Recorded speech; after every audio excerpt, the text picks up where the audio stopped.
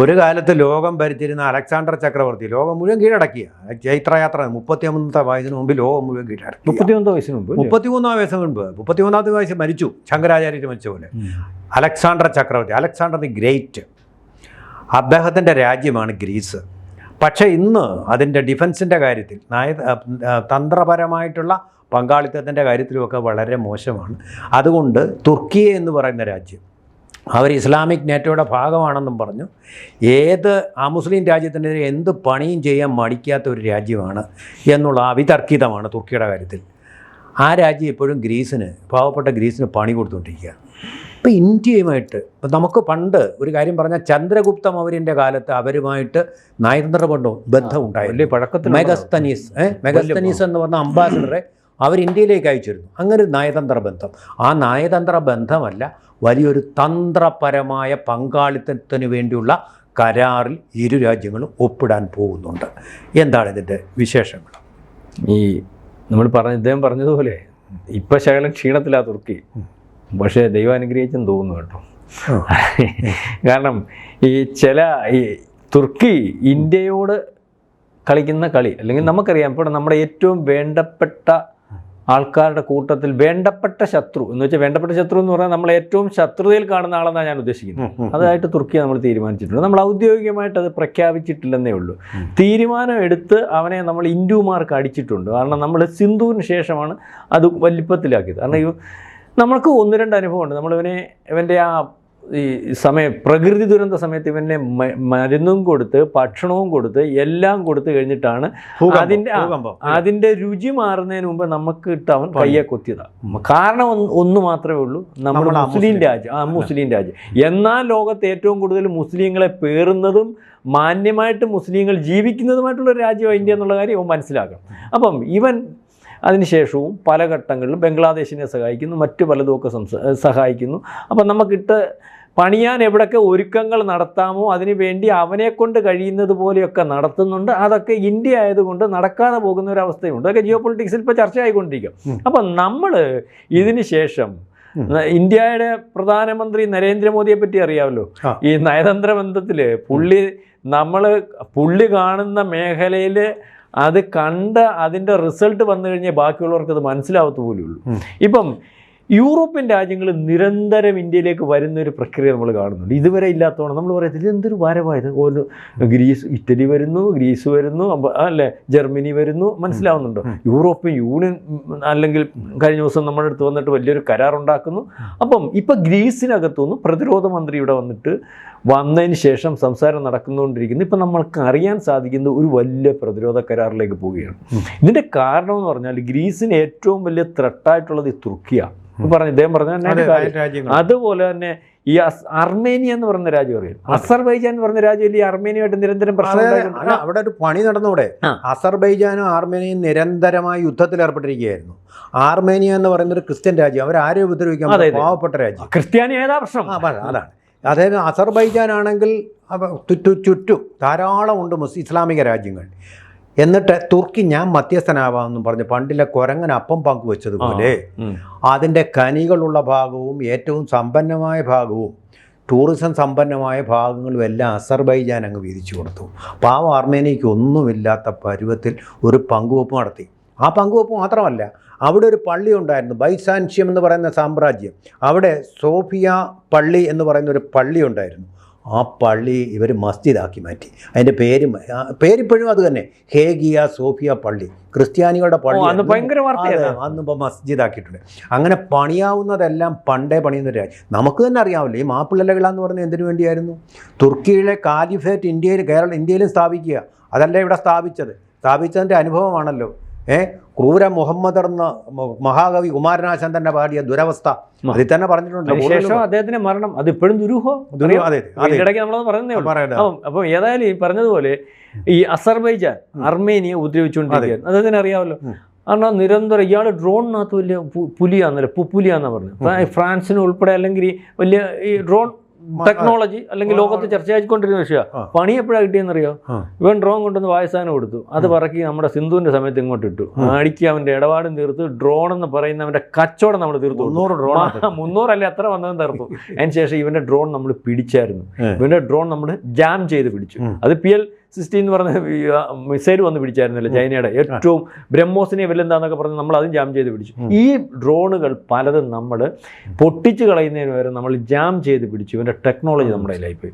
അതായത് നമ്മുടെ അടുത്ത് കളിക്കാൻ നിന്നതോടുകൂടി ഇവൻ്റെ ഡ്രോൺ ഒന്നിനും കൊള്ളാത്തതാണ്. ആകാശ മിസൈൽ വെച്ച് അടിക്കാം, നമ്മുടെ പല പ്രതിരോധ സംവിധാനങ്ങളെ ഇവന് തടയാൻ പറ്റത്തില്ലെന്നുള്ളത് ആയിക്കഴിഞ്ഞു. അല്ലെങ്കിൽ ആ ഒരു പ്രചരണത്തോടുകൂടി ഇവൻ്റെ ഡ്രോൺ പോയി നമ്മൾ ഈ പറയുന്ന അർമേനിയയ്ക്ക് ആറിയാൽ ആകാശ മിസൈൽ കൊടുത്തിട്ടുണ്ട്, പല പ്രതിരോധ സംവിധാനവും കൊടുത്തിട്ടുണ്ട്. ബ്രഹ്മോസിനെ പറ്റി ചർച്ച ചെയ്തുകൊണ്ടിരിക്കുന്നു. ആ രീതിയിലെ കാര്യങ്ങൾ ഇപ്പോൾ ഇവൻ്റെ നോക്കി ബ്രഹ്മോസോ അല്ലെങ്കിൽ നമ്മുടെ ഇത് കാര്യം ഇരിക്കും. ഇപ്പോൾ ഇവൻ്റെ രാജ്യത്തെ അർമേനിയ അടിച്ചുകൊണ്ടിരുന്നത് തുർക്കിയുടെ ഡ്രോണുകളാണ്. ആ ഡ്രോൺ ഇപ്പം നിരന്തരം നിലത്ത് വീണുകൊണ്ടിരിക്കുക. മനസ്സിലാവുന്നത്? അതുപോലെ തന്നെയാണ് ഗ്രീസിന് വേണ്ട രീതിയിലേക്കുള്ള ആയുധങ്ങൾ കൊടുക്കുന്നതിനും ടെക്നോളജി കൊടുക്കുന്നതിനും വേണ്ടി നമ്മൾ തീരുമാനിച്ചിരിക്കുന്നു. അതായത് ഇവനെ നമ്മൾ വളഞ്ഞു. ഇദ്ദേഹം പറയുന്നത് പോലെ സൈപ്രസ് മേഖല അറിയാം, സൈപ്രസ് അവിടെ നമ്മൾ ചെന്ന് നിന്നാണ് ഈ കയറിയെന്ന് പറഞ്ഞിടത്ത് മോദി ചൂണ്ടിയാണെന്ന് സംസാരിച്ചത്. അതുപോലെ അപ്പം ഇവൻ്റെ ശത്രു രാജ്യങ്ങൾ, ഇവൻ ഉപദ്രവിച്ചുകൊണ്ടിരുന്ന രാജ്യങ്ങൾ അല്ലെങ്കിൽ ഇവന് കീഴ്പ്പെടുത്താൻ പറ്റുന്ന രാജ്യങ്ങൾക്കകത്തെല്ലാം കയറി നമ്മൾ കരാറുകൾ ഉണ്ടാക്കുകയും നമ്മുടെ ആയുധങ്ങൾ ശരിക്കും പറഞ്ഞാൽ ഇവനെതിരെ നമ്മൾ വിന്യസിക്കുന്നതിന് പകരം നമുക്കറിയാമല്ലോ വേറെ നമ്മളെ യഥാർത്ഥത്തിൽ വിന്യസിച്ചേക്കുന്നതെന്ന് പറയാം. ശത്രുക്കൾക്ക് മൊത്തവും ആയുധം കൊടുത്ത് നിർത്തിക്കും. ഇനി അത് വേറെ വലിയ കാര്യമുണ്ട്. നമ്മൾ പറയത്തില്ലേ ചില ഇപ്പം ഇദ്ദേഹം താമസിക്കുന്നിടത്ത് നല്ല ഒന്നാന്തരം ആൾക്കാർ, നമ്മൾ ഒന്നാന്തരം എന്ന് പറഞ്ഞാൽ ഏതാ മാന്യമായിട്ട് അവനവൻ്റെ കാര്യം നോക്കി പറയുമ്പോൾ ഇതുപോലെ രാജേന്ദ്ര സാർ അവിടെ താമസിക്കും, അതിൻ്റെ അപ്പുറത്ത് DVSP താമസിക്കും, ഇതിൻ്റെ അപ്പുറത്ത് അല്ല കളക്ടർ താമസിക്കും. അതല്ല ഞാൻ പറയാം, ഒരു കോളനിയെ പറ്റി ഈ കോളനിക്കകത്തൊരു ഊച്ചാളി വന്ന് താമസിച്ചാൽ എന്ത് ചെയ്യും? രാവിലെ തൊട്ട് വൈകുന്നേരം വരെ പ്രശ്നം ഉണ്ടാക്കുന്ന ഒരു ഊച്ചാളി. നിങ്ങൾക്ക് നിരന്തരം തലവേദനയാണല്ലോ, അവൻ കാശ് കൊടുത്ത് മേടിക്കുക, അവൻ കരം കൊടുക്കുന്ന അല്ലെങ്കിൽ അവനോട് താമസിച്ചുകൊണ്ടിരിക്കുക.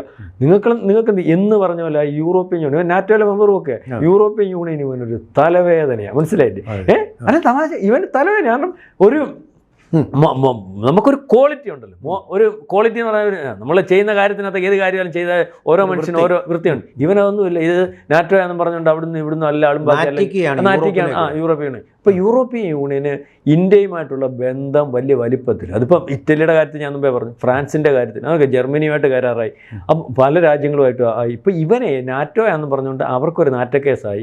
അവരിപ്പോൾ അടിസ്ഥാനപരമായിട്ട് സഹായിക്കാൻ പറ്റുന്നൊരവസ്ഥയിൽ ഞാൻ നേരത്തെ പറഞ്ഞില്ലേ നയതന്ത്രത്തിൻ്റെ കാര്യത്തിൽ ഇന്ത്യയുമായിട്ടാണോ ഇവനുമായിട്ടാണോ ഇപ്പോൾ ബന്ധം ഒരാൾക്ക്, നമ്മളൊരാളുമായിട്ട് രണ്ടുപേരുടെ ബന്ധം കൂടുക. നമുക്ക് രണ്ട് ബന്ധത്തിനകത്ത് രണ്ടുപേരുമായിട്ട് അറിയാം. അപ്പം അതിനകത്തൊരു ഊച്ചാളിയെ പിണക്കിക്കൊണ്ട് കൊള്ളാവുന്ന ഒരുത്തിനെ നമ്മൾ കൂടെ മാറ്റാം. ഇപ്പം യൂറോപ്യൻ യൂണിയനെ ഇപ്പോൾ ഇന്ത്യ ഈ നയതന്ത്രവും കാര്യങ്ങളും അല്ലെങ്കിൽ ആയുധ വ്യാപാരങ്ങളും ടെക്നോളജി, ഫ്രാൻസിൻ്റെ കാര്യം നമുക്കറിയാമല്ലോ, എല്ലാം കൂടെ വന്നു കഴിഞ്ഞപ്പം ഇവനതൊരു വിഷയമായിട്ട് മാറും. ഇവനെ സുഹൃത്താണോ ആദ്യം കിടക്കട്ടെ അല്ലെങ്കിൽ സഹായിക്കുന്ന ഒരവസ്ഥ വന്നാൽ ഇല്ലാത്തൊരു, അതായത് 4 വഴിക്ക് നിന്നും വളരെ ബുദ്ധിപൂർവ്വം നമ്മളുടെ ആയുധങ്ങൾ വിൽക്കുന്നുണ്ട്. നമ്മൾ മറ്റ് പല രാജ്യങ്ങളുമായിട്ട് നയതന്ത്രത്തിൽ നമ്മുടെ രാജ്യത്തിന് വലിയ വലിപ്പമുണ്ടാക്കുന്നുണ്ട്.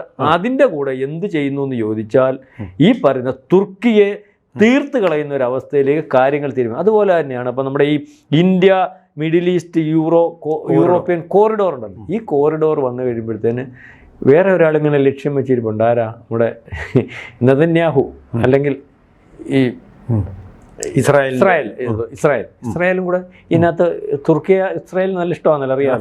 ഏത് അവസരം കിട്ടിയാൽ, കാരണം ഇവൻ്റെ നാറ്റോയോടുള്ള ഒറ്റ കെയർ ഓഫ് ഉണ്ടാകും. അല്ലെങ്കിൽ എന്നേ അതിൻ്റെ പുറത്ത് 1-2 തട്ടം താങ്ങി എന്നേ പുറത്ത് 3 ബോംബിൻ്റെ കാര്യമുള്ളൂ. മനസ്സിലായി? നാറ്റോ അറിയാമല്ലോ, ആ ഒരു കെയർ ഓഫ് മാത്രം. കാരണം പല രീതിയിൽ അവിടെ ആയുധം കൊണ്ട് കൊടുക്കുന്നതിന് അല്ലെങ്കിൽ പ്രോക്സികളെ സഹായിക്കുന്നതിന് എല്ലാ രീതിയിലും ഈ ഉപദ്രവിച്ചുകൊണ്ടിരിക്കുന്ന ഇറാൻ അപ്പുറം ഉപദ്രവിച്ചുകൊണ്ടിരിക്കുന്ന ഒരു രാജ്യമാണെന്നുള്ള കാര്യം അവർക്കറിയാം. അത് നാറ്റോയുടെ കെയർ ഓഫിൽ ഇപ്പോൾ അമേരിക്കയുടെ പലവട്ടം ചർച്ചയുണ്ട്. ഇത് ആ ഒരു തുർക്കിയെ തീർക്കുന്ന കാര്യത്തിൽ ഈ ഒരു ബന്ധം കൂടെ വലിയ വലിപ്പത്തിൽ ഇന്ത്യയും വളർത്തിയെടുക്കുന്നുണ്ട്. അതിൻ്റെ കൂടെ ഈ പറയുന്ന നമ്മുടെ നെതന്യാഹുവും ഇസ്രായേലും പങ്കെടുക്കുന്നുണ്ട്. ഏതായാലും തുർക്കിയുടെ കാര്യത്തിൽ ഇവൻ്റെ തീരുമാനം എന്ന് പറഞ്ഞാൽ അവൻ ഈ എൽദോഗൻ നമ്മുടെ ഖലീഫ ആവാൻ നടക്കില്ലേ, അവൻ ഖലീഫ ആവണോ വേണ്ട എന്നുള്ള കാര്യം കാലിഫേറ്റ് അത് എന്നിട്ട് തീരുമാനിച്ചു. ഇവൻ ഖലീഫ ആവത്തില്ല, അവിടെ കിടന്ന് കടി കൊള്ളത്തേ ഉള്ളൂ എന്നുള്ള രീതിയിലേക്കാണ് കാര്യങ്ങൾ. ഏതായാലും ഇന്ത്യ ഇവനെ വളഞ്ഞിരിക്കുന്നു, ഇന്ത്യ ഏതാണ്ട് അസാധാരണ നീക്കത്തിൽ തുർക്കിയെ തീർത്തിരിക്കുന്നു എന്നുള്ള രീതിയിലേക്ക് നമുക്ക് കരുതേണ്ടി വരും. വേറൊരു ചതി ഇയാൾ കടിച്ചതും കൂടെ പറയാം, നമ്മുടെ സമയം അവസാനിച്ചുകൊണ്ട് പെട്ടെന്ന് പറയാം. എർദോഗാൻ ചെയ്ത വലിയൊരു ചതി എന്ന് പറയുന്നത് യസീദികൾ എന്ന് പറഞ്ഞൊരു വിഭാഗമുണ്ട്. അവർ ഖുർആനിൽ വിശ്വസിക്കുന്ന, അള്ളാഹുവിൽ വിശ്വസിക്കുന്ന ആൾക്കാരാണ്. പക്ഷേ ഇവർ സുന്നി മുസ്ലിങ്ങൾ അംഗീകരിക്കുന്നില്ല, ഷിയാക്കളെ പോലെ തന്നെയാണ്. അവരെന്ന് പറഞ്ഞാൽ ഇറാഖിൻ്റെ മലനിരകൾ തൊട്ട് സിറിയയുടെ മലനിരകൾ വരെ നീണ്ടു കിടക്കുന്ന മലകളിൽ മാത്രമേ ഉള്ളൂ. അവർക്ക് ഇന്ന് വരെ സ്വന്തമായിട്ടൊരു രാജ്യമില്ല, ഭൂമിയിൽ സ്വന്തമായിട്ടൊരു രാജ്യം കൊടുത്തിട്ടില്ല. രണ്ടാം ലോക മഹായുദ്ധ കാലത്ത് നാറ്റോയെ സഹായിച്ചതിൻ്റെ പേരിൽ നിങ്ങൾക്ക് പ്രത്യേക രാജ്യം തരാമെന്ന് ഈ നാറ്റോ രാജ്യങ്ങളെല്ലാം കൂടെ പറഞ്ഞതാണ്. പക്ഷേ തുർക്കി സമ്മതിക്കത്തില്ല ഇവർക്ക് പ്രത്യേക രാജ്യം കൊടുക്കാൻ. പക്ഷേ ഇവർ വളരെ ശക്തന്മാരാണ്. IS-നെ സിറിയയുടെ മണ്ണിലിട്ട് തോൽപ്പിച്ചത് ഈ യസീദികളാണ്. കൊടിയ പീഡനങ്ങൾ മുസ്ലിങ്ങളിൽ നിന്ന് IS-ൽ നിന്ന് അവർ ഏറ്റതാണ്. ഈ IS ഇവർക്ക് ഇന്ന് വരെ രാജ്യം കൊടുത്തിട്ടില്ല. അടുത്ത കാലത്ത് വലിയ പ്രക്ഷോഭത്തിലായിരുന്നു അവർ. പ്രക്ഷോഭം നടത്തി തുർക്കി ഒരു പരിവമായി നടത്തിയപ്പോൾ നിങ്ങൾക്ക് രാജ്യം തരാം എന്ന് പറഞ്ഞു. അവരുടെ ഒരു തൊഴിലാളി നേതാവുണ്ട്, നെൽസൺ മണ്ടേലയെ പോലെ, കഴിഞ്ഞ 26 വർഷമായി തുർക്കിയിലെ ജയിലിൽ കിടക്കുക. അപ്പം നിങ്ങളെ ഇറക്കി വിടാം, അവരോട് ആ പ്രക്ഷോഭം നിർത്താൻ പറഞ്ഞവർ. എത്ര വർഷം മുമ്പാണ്? 2 വർഷം മുമ്പ്, 2024 അവസാനം പറഞ്ഞതാണ്. കൊടുക്കാമെന്ന് പറഞ്ഞപ്പോൾ ഇയാൾ തൊഴിലാളി നേതാവും ധീരനായ വിപ്ലവകാരിയൊക്കെയാണ്. അയാളുടെ അനുയായികളോട് പറഞ്ഞ് നിങ്ങൾ പ്രക്ഷോഭം നിർത്ത്, അവരെന്നെ വിമോചിപ്പിക്കും. 2 വർഷം ഇതുവരെ അയാളെ വിമോചിപ്പിച്ചിട്ടില്ല. അത്തരം ഒരു ചതിയനും കൂടിയാണ്, വാക്കുപാലിക്കാത്ത ഒരു ചതിയനും കൂടിയാണ് ഈ തുർക്കിയുടെ പരമാധികാരിയായിട്ടുള്ള ഈ എർദോഗാൻ വന്നതോടുകൂടി ആണ് ഇന്ത്യയുമായിട്ടുള്ള തുർക്കിയയുടെ ബന്ധം ഉലഞ്ഞത്. ഇത് മാത്രമല്ല, തുർക്കിയെ പണ്ട് കാണാൻ മനോഹരമായ രാജ്യമാണെന്ന് പറഞ്ഞ് പലരും പോയിരുന്നു. ഇപ്പോൾ ആരും അങ്ങോട്ട് പോകുന്നില്ല. ഇന്ത്യയിൽ നിന്ന് എല്ലാവരും ഗ്രീസിലേക്ക് പോകുന്നു. നമ്മുടെ ഡയറക്ഷൻ കൊടുത്തെന്നായിരിക്കും. അതെ, ആർമേനിയയിൽ പോകുന്നു. അസർബൈജാനും ഇപ്പോൾ ഉപേക്ഷിച്ചു. കാരണം ഇവർ തമ്മിൽ വലിയ അച്യുതണ്ടാണ്. അപ്പോൾ തീർത്തു. ശരി. കൂടുതൽ വാർത്തകളും വിശേഷങ്ങളും നിങ്ങളിലേക്ക് എത്താൻ ABC മലയാളം സബ്സ്ക്രൈബ് ചെയ്യുക, ബെൽ ബട്ടണും അമർത്തുക.